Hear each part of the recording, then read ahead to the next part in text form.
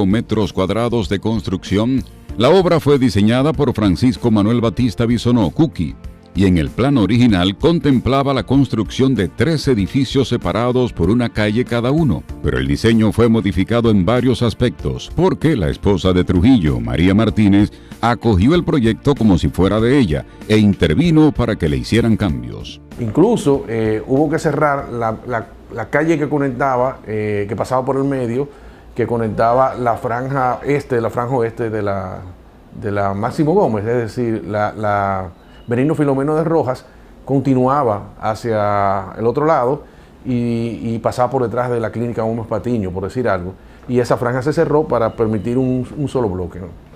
Y entonces finalmente, después de muchas modificaciones, se determinó unir los 3 en una sola edificación y se hicieron cambios muy significativos en términos formales. Además del pedido que le había hecho la entonces primera dama, María Martínez, los constructores entendieron conveniente unificar en una sola las 3 piezas en que estaban dividiendo el Palacio de Bellas Artes y por eso hicieron los ajustes al diseño original. Pero si tú te fijas, el edificio, para lograrlo, las 3 piezas, cuando tú entras al Palacio de Bellas Artes, te vas a dar cuenta que hay como especie de patios interiores, que son conectores. Esos conectores fueron los que sirvieron de vínculo para unir los 3 edificios, de manera que por fuera se ve una sola cosa, pero por dentro esos patios permitieron una distribución armónica en su conjunto.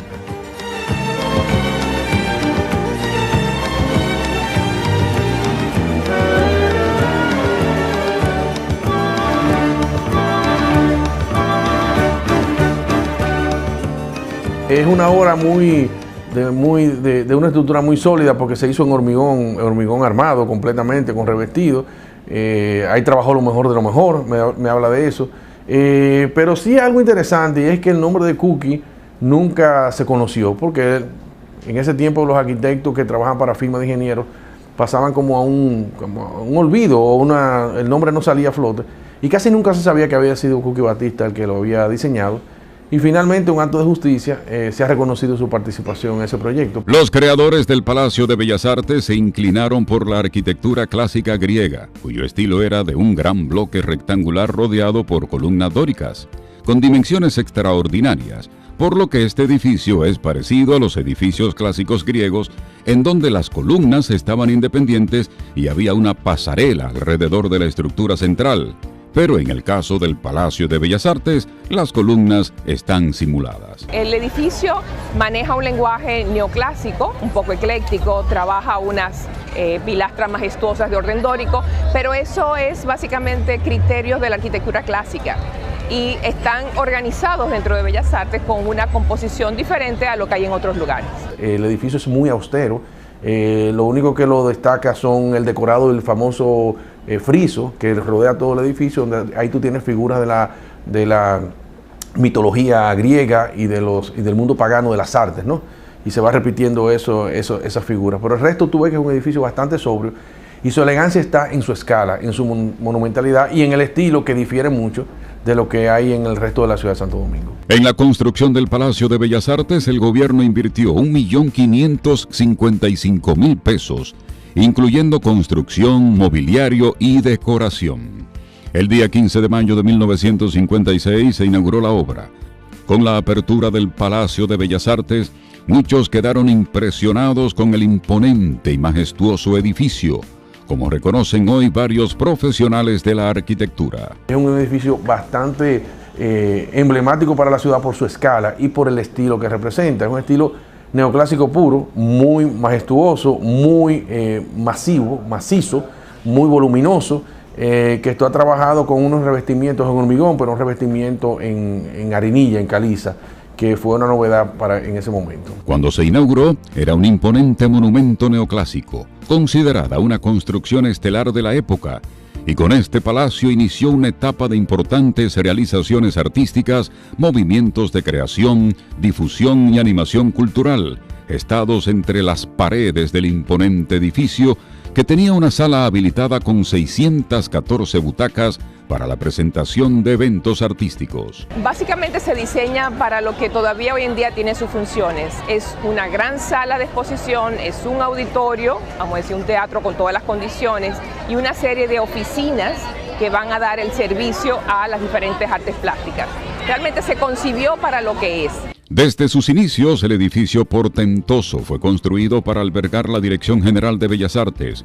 Además, se utilizaba para presentar espectáculos y conciertos, porque en ese palacio estaban los grandes salones de exposiciones, recreativos y de aulas, pero también se incluían las salas para clases de escultura, pintura, de canto, y se convirtió en la sede de la Orquesta Sinfónica Nacional. Se formó el Coro Nacional en ese momento y también había participación en el Palacio, y estaba la colección nacional de pintura y escultura. O sea, el Estado, el gobierno dominicano acogió pinturas representativas de los pintores nacionales, de esos egresados de la Escuela de Bellas Artes, y formaba parte de una colección que era exhibida en los salones. En esta sala se han presentado artistas de fama mundial y conciertos que ya ocupan un lugar en la historia del arte de República Dominicana. Uno de estos acontecimientos artísticos ocurrió durante el gobierno del presidente Juan Bosch en 1963. Fue la presentación del maestro Pablo Casals, quien junto a la orquesta del Festival Casals interpretó la 9ª Sinfonía de Beethoven el 11 de junio de 1963.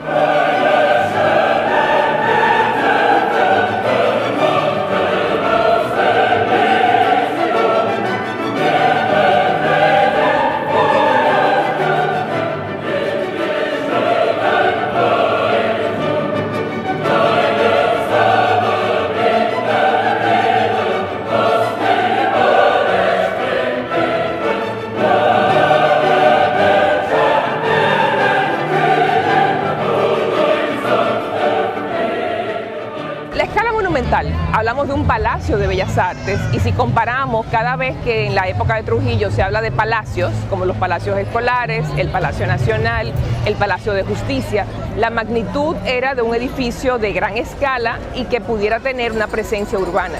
Por décadas, el Palacio de Bellas Artes se mantuvo abierto como el único edificio de Santo Domingo donde funcionaban las oficinas administrativas de la Dirección General de Bellas Artes.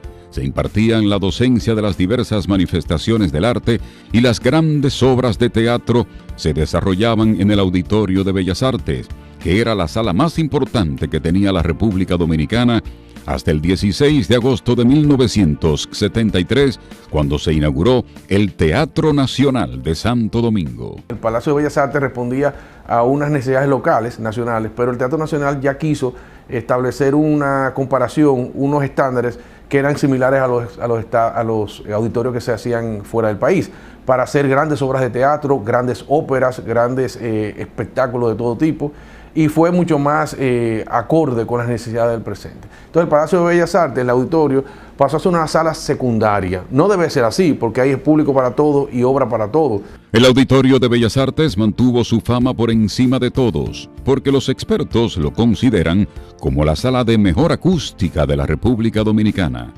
En el Palacio de Bellas Artes, la Galería Nacional de Bellas Artes, hasta la creación del Museo de Arte Moderno, fue la sede de la colección de arte dominicano, de las bienales nacionales y de las exposiciones importantes, individuales y colectivas. El Palacio de Bellas Artes te maneja las diferentes instituciones dentro de las artes que tienen que velar por el desarrollo y por por lo que es la enseñanza también de las artes plásticas en el país.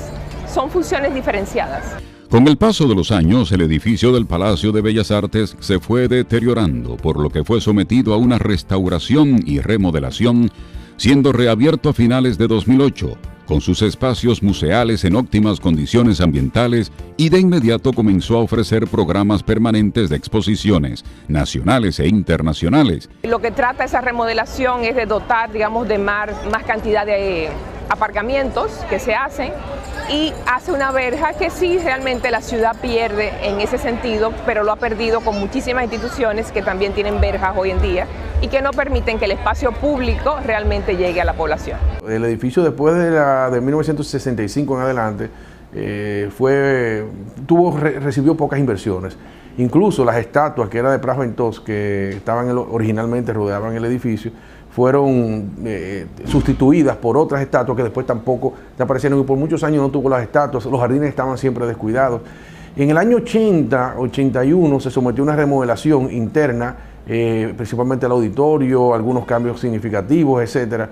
Se arreglaron los jardines. El Palacio de Bellas Artes tenía una inmensa colección de obras de arte.